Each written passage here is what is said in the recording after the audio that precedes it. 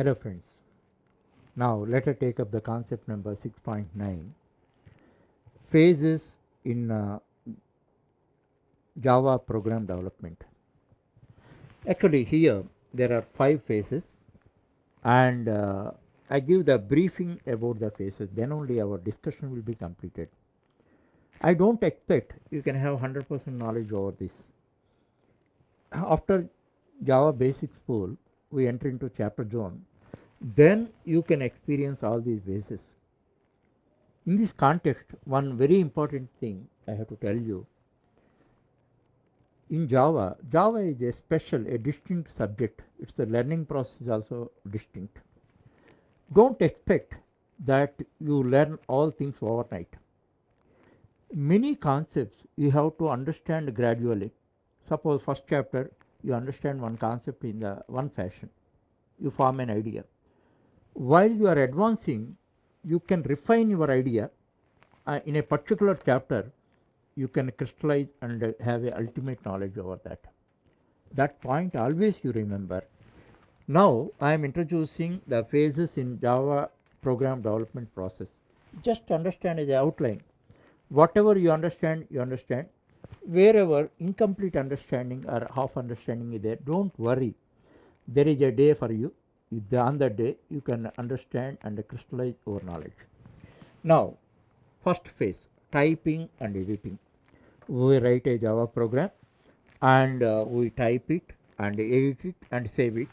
Now let us name it, for example, say test demo.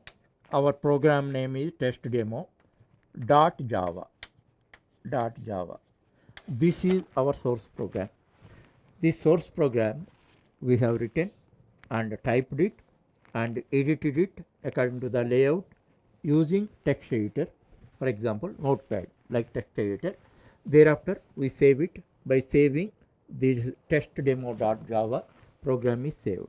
That is called source code. Our source code program is available, and this is stored in one of the directories. Thereafter, second phase, compiling. We compile the program. As I told you in the previous concepts, Java processes programs at 2 levels. First level is compilation, second level is interpretation.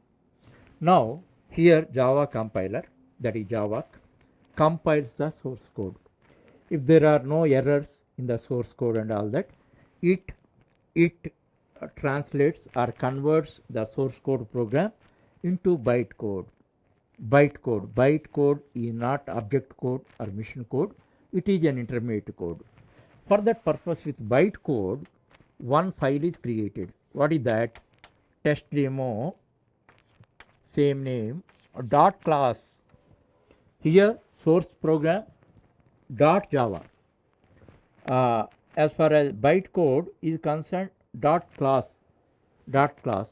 The file, bytecode file, is automatically stored in the directory where we stored source program. Thereafter it is stored in this thing. Then the next process is interpretation. That is done by JVM, Java Virtual Machine.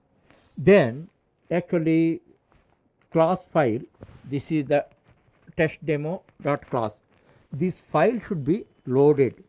So that file class loader, one class is there, that class loader loads the class with the JVM, because if it is not provided to the virtual machine, how it can receive it?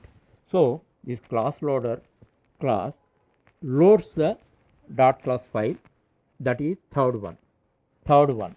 Thereafter bytecode verification. Actually Java is very strict in security measures.